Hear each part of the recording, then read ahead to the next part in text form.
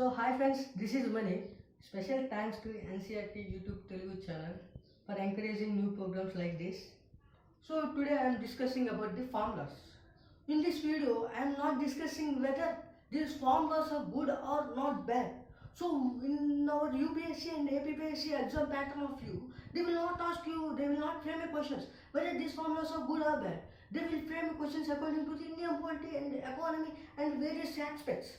So in this video I am telling about two teams which the formulas are constitutional or not. See, ours is a federal system, federal democracy, where the distribution of powers is there. In this distribution we have this different list. So what is the list? Union list, state list and concurrent list. So union list, who has the power in the union list? The parliament. The Parliament of India have power to pass a bill in the parliament. So what are the sectors in the list? So banking, employment and external affairs, defense are in the union list, state list. So state list, who have a power? The state legislative assembly have a power to pass a law. So what are the list? What are there in the list? So law and order, land, so education and agriculture. So concurrent list, who have a power?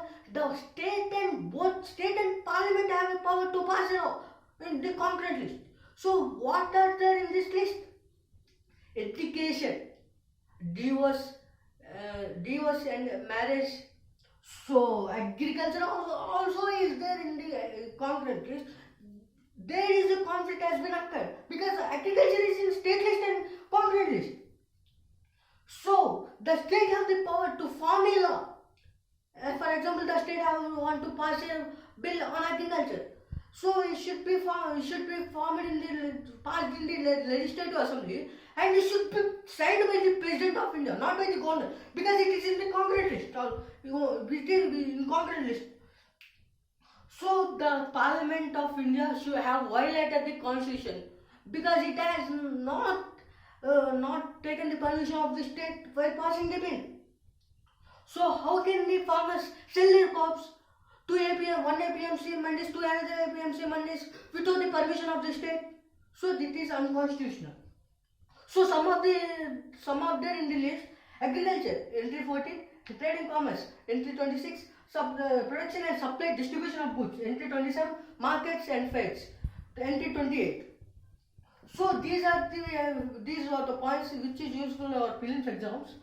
So here trade and commerce, production and supply distribution of goods are there in the entry in the state list. So the state government can form a law on the state on trade and commerce and distribution and production and distribution and supply of goods within the state list after the signing of the president only, because it is in the concurrent list.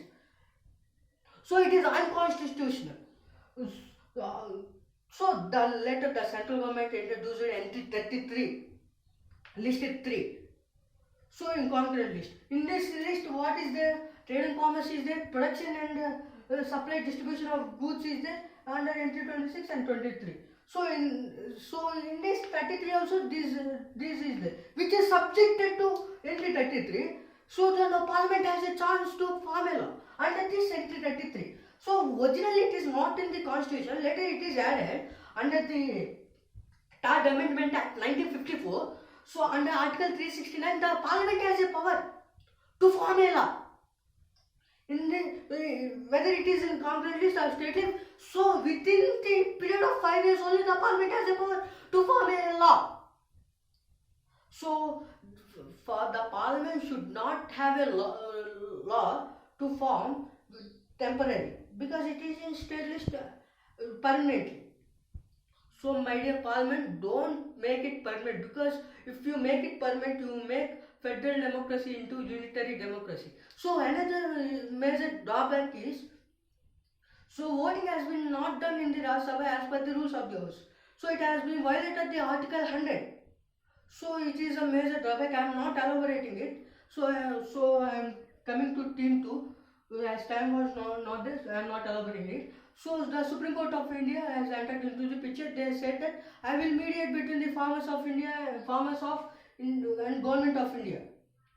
So until the report, they set up a privilege committee. Until the report has been came, the still bills should be stay not implemented by the government. So I am not elaborating it. So my final conclude it, my dear Supreme Court, please stay away from this laws, because it is a political conflict between the farmers and the government of India. They have a flexibility to solve it. So please stay away. Thank you.